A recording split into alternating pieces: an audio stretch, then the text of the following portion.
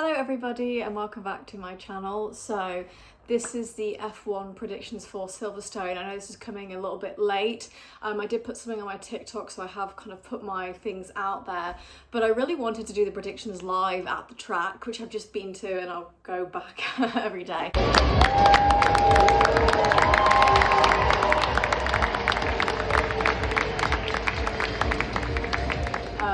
It's incredibly hot there as well. This is my little George Russell hat. Very cute. Yeah, I feel like I've got a little bit of heat stroke coming through actually, which is something I've been trying to avoid. So sorry if I'm a little bit out of breath.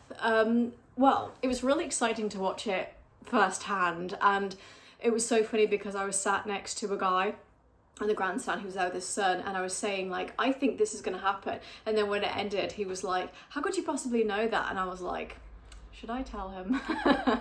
But yeah, the track was really noisy and I didn't want the audio to be too bad. And it just also felt really awkward to be talking about astrology. I don't know why, I felt very self-conscious. Like people walking behind me hearing the MC conjunct Venus. I'm like, I don't know, just felt really uncomfortable. So I'm going to do it on this video instead. I'm going to get past the waffle. Now, Lewis obviously was the fastest in FP1 and he also took sprint pole, but I did put my TikTok prediction before that happened. However, I'm not surprised. Okay, I don't know what happened then. I got briefly distracted by someone shouting, let me in, which I'm like, okay. So I'm not surprised by Lewis because we've got a few things going on. Now, the first is that we've got Venus at 25 degrees and it's exactly squaring his natal Saturn in the first house. This can bring a lot of discipline. Now, I've also talked about when Venus squares something, it's not necessarily the worst thing in the world, but of course Saturn is a malefic planet. So when Venus squares Saturn, you're going to find, you know, there's like a need to perform, the ego is high, the pressure is high, but also I think this really gives him that necessary edge. Of course, Venus is in the 10th house and Jupiter is now present in the 10th house of career. What I like the most about this is that it will not be opposite anything natally for Lewis, which is kind of like getting his thing on, right? Whereas for Charles it will be. So I like the fact that Jupiter's not going to be opposite anything. I think that's actually really good. And he also has some really nice things going on as well, just general sentimental energy. So one is that the sun in Cancer is going to be conjunct, not necessarily exact, about 4 degrees parting, conjunct his natal moon in the 9th house. Now, I talked a lot about how Mercury conjunct his natal moon in Barcelona was like his amazing victory.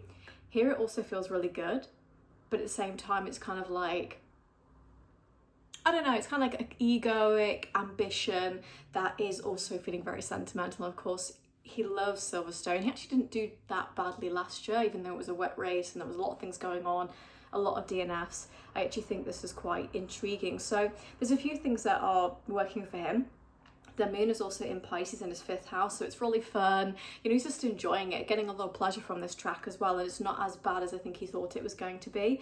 So I really like this chart. Yes, the square from Venus to Saturn and actually the South node in the 1st house is a little bit more challenging, but in a way I think it's him releasing the past couple of years of feeling like he's not worth it, and now he's remembering exactly who he is again. Now the next chart is Charles. And I actually really like this chart because I'm always moaning that something really nasty, but I actually quite like this. So one thing I love is that Venus is going to be conjunct his MC, his midheaven in the 10th house in Leo. It's very sort of dramatic. Now this is not a track that Charles does very well at, but actually I think he could really surprise us. Do I think it's going to be winner winner chicken dinner? No, but I do think he's going to do a lot better than we actually thought he would be, and maybe even closing the gap to Lewis. Now, I think before, I didn't mention it, I think Lewis is going to take the win.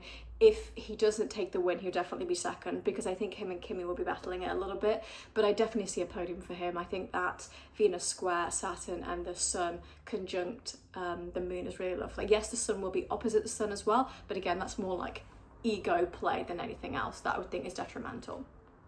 So with Charles, I love the Venus conjunct MC. Another thing that I really like as well is that Venus at 25 degrees is going to be trining his natal moon at 25 degrees in Aries. And I think that's really good for working harmoniously with the team.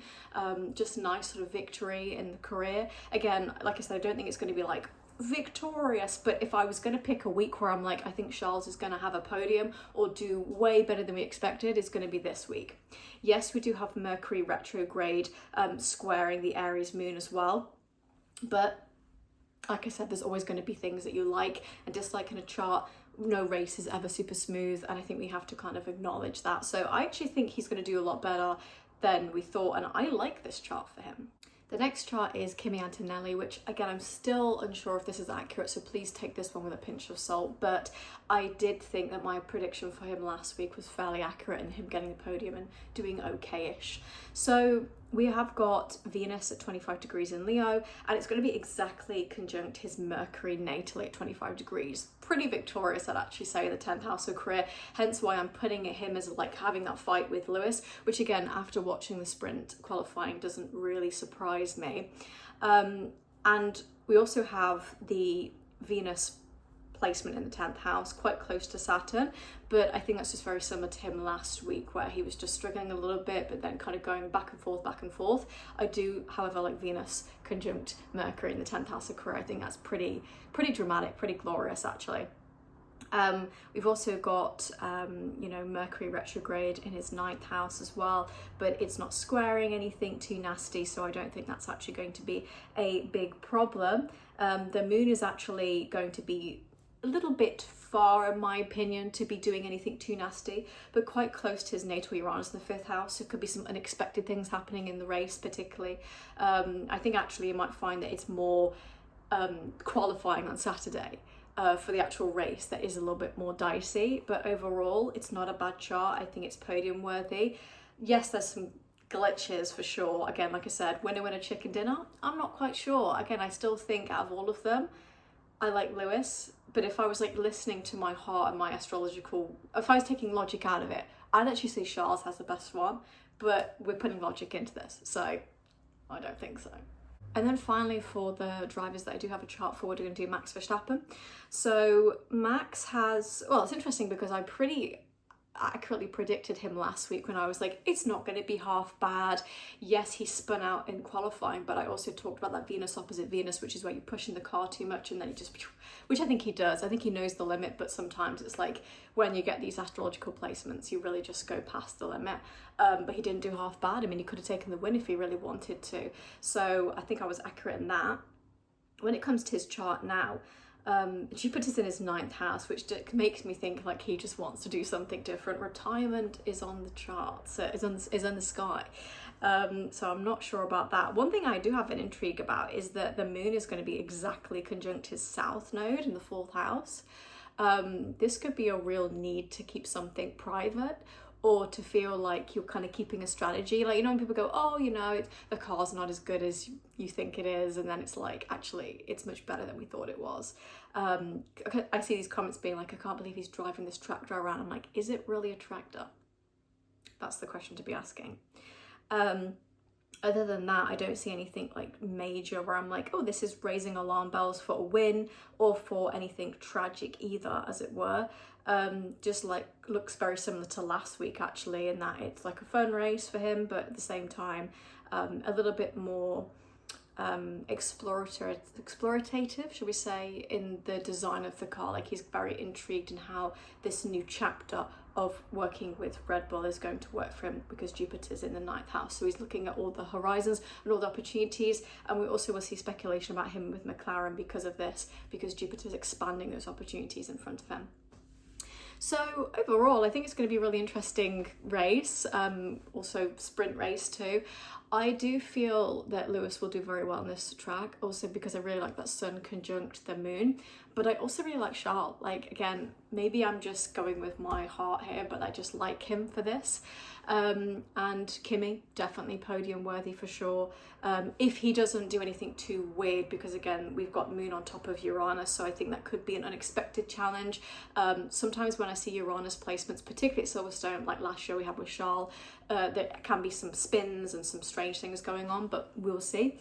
And then Max, again, I think it looks pretty sort of normal from my end.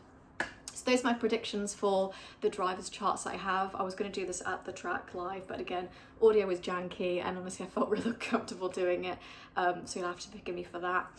Also want to disclaim, again, this is just for fun. Because I think some people take it really seriously now and they're like, you didn't get it right last time. I'm like, chill. We're not betting money on this. We're just practicing and seeing what works and what doesn't and playing around with it. And I think it's fun to be like, oh yeah, this aspect really works. Like now I know that Mercury conjunct the moon for Lewis was perfect. I'm like looking at other transits that are very similar, like the one we have this week. So yeah, just sort of use that as a little bit of like, it's a fun thing. It doesn't have to be taken too seriously.